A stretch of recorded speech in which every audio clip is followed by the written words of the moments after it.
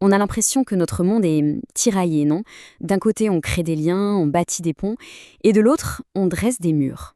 Allez, on va décortiquer ensemble ces forces contraires qui sont au cœur de l'actu du moment. Regardez ça, une trêve historique, qui côtoie une crise économique qui gronde. Et puis, au milieu de tout ça, une ambition sportive qui, elle, rassemble tout le monde. Alors, comment on fait le tri là-dedans? Comment donner un sens à ce grand écart mondial? Ok, commençons par l'économie. Et là, il faut bien le dire, l'ambiance est tendue. On parle de friction, de division politique. 50%. Voilà le chiffre. C'est le tout nouveau droit de douane que l'Union européenne vient d'imposer sur certaines importations d'acier. Le but est clair, c'est de contrer ce que l'Europe considère comme de la concurrence déloyale, notamment venue de Chine. Et ce graphique, il est parlant. On passe de 25 à 50%. On double, tout simplement. C'est un geste protectionniste vraiment fort. Le message envoyé au reste du monde est « on ne peut plus clair ». Et les conséquences de tout ça, eh bien, elles ne se font pas attendre. L'Organisation mondiale du commerce, l'OMC, tire la sonnette d'alarme. Elle prévoit une croissance du commerce mondial qui s'effondrera, tenez-vous bien, 0,5% d'ici 2026. Et pour eux, le lien de cause à effet avec cette montée du protectionnisme est direct. Mais attention, cette fracture, elle n'est pas seulement entre les pays. Elle existe aussi à l'intérieur même des frontières. Prenez les États-Unis. On en est à la 2e semaine de shutdown, c'est-à-dire que le gouvernement est à l'arrêt, paralysé. Ça montre des divisions internes tellement profondes que ça finit par limiter la capacité du pays à peser sur la scène internationale. Laissons maintenant un peu l'économie de côté pour parler de l'humain, des conflits. Et là aussi, le contraste est saisissant. On a des lueurs d'espoir d'un côté et de l'autre, la douleur du passé qui est encore bien présente.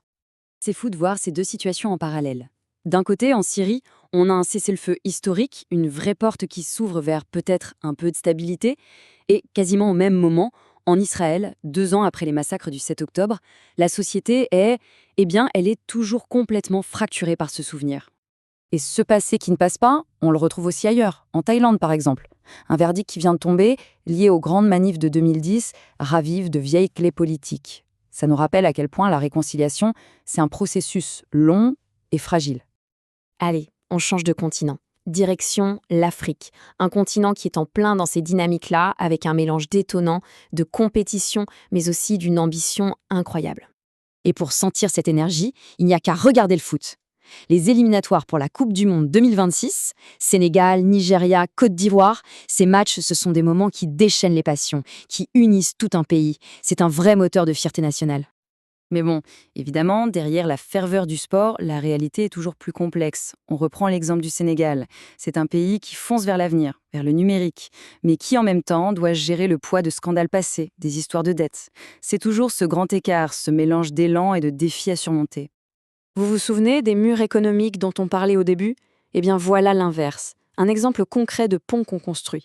À Montpellier, il y a la Biennale Euro-Africa. C'est une vraie plateforme où l'Europe et l'Afrique se parlent, échangent et bâtissent ensemble, culturellement et économiquement. Bon, alors, si on fait le bilan de tout ça, qu'est-ce qu'on retient?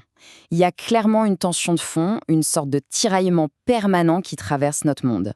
Et ça nous amène, logiquement, à la grande question.